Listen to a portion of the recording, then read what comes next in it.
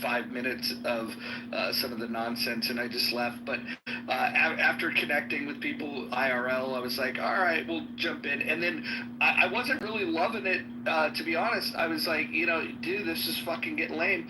But most of that is because a lot of the people I enjoyed talking to just kind of had gone in different directions. And like today, I look across the stage and I look at the audience, and I'm just like, all right, now we're talking. Now we're getting it back. So, anyways, I've just been enjoying my time away.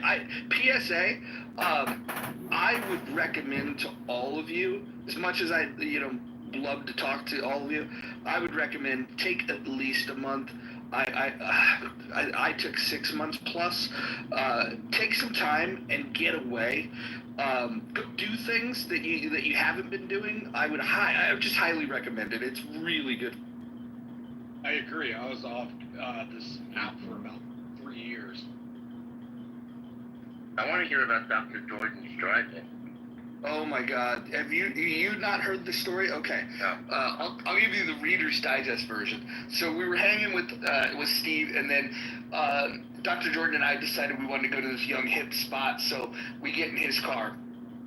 We're driving, we're talking, we're bullshitting. And for those of you that don't know Dr. Jordan, he's very neurotic. For those of you that do, he's just as neurotic in real life as he is on the app. And so, like, he's just kind of got this nervous energy that just kind of is part of his personality.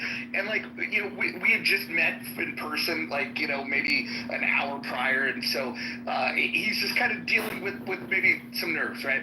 So anyways, we're hanging out and we're driving. We're driving in the car, and we get to a stoplight. Now, all of you, I assume, drive. We get to a stoplight. It's red. I'm a passenger. He's the driver. And when the light turned green, for whatever reason, the car flies in reverse and then automatically stops. I believe his car is what stopped him because there was a car behind him. And, like, it was this crazy whiplash. It really was crazy whiplash. And I didn't want to say a word because I didn't want to I don't know, make Dr. Jordan any more nervous than he was. And so I didn't say a word. Then we go and eat. We're at this young, hip, fun place. We got to get this rock star treatment because, I don't know, Dr. Jordan and I are a little out there. And so after a while, it was just a fun little scene.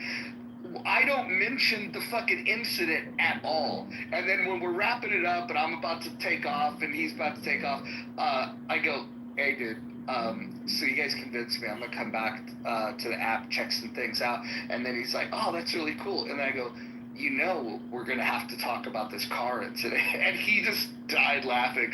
And then the first time I told the story, he was on the stage, but he was with his dad, and he hit me up privately, and he's like, oh my God, your retelling of the story was hilarious.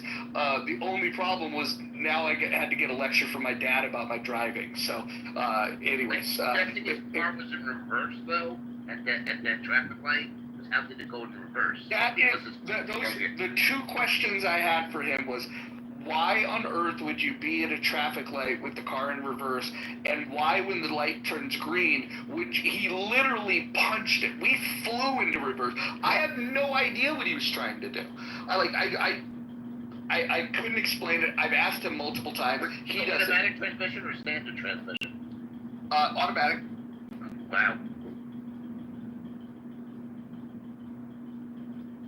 Yeah, it was bizarre. But I will say this, with all that said, I would gladly hang out with him again. He's not fucking driving, I will say that, but I would gladly hang out with him.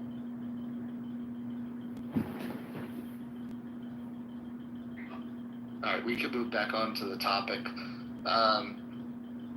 Hubert, you got any thoughts on the topic of the room or what's happened over the last day or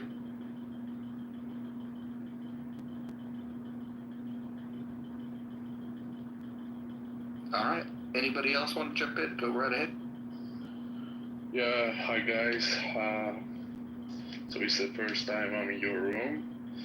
I saw you were talking about the war between Israel and Iran, and US suddenly jumped in and just bombed 3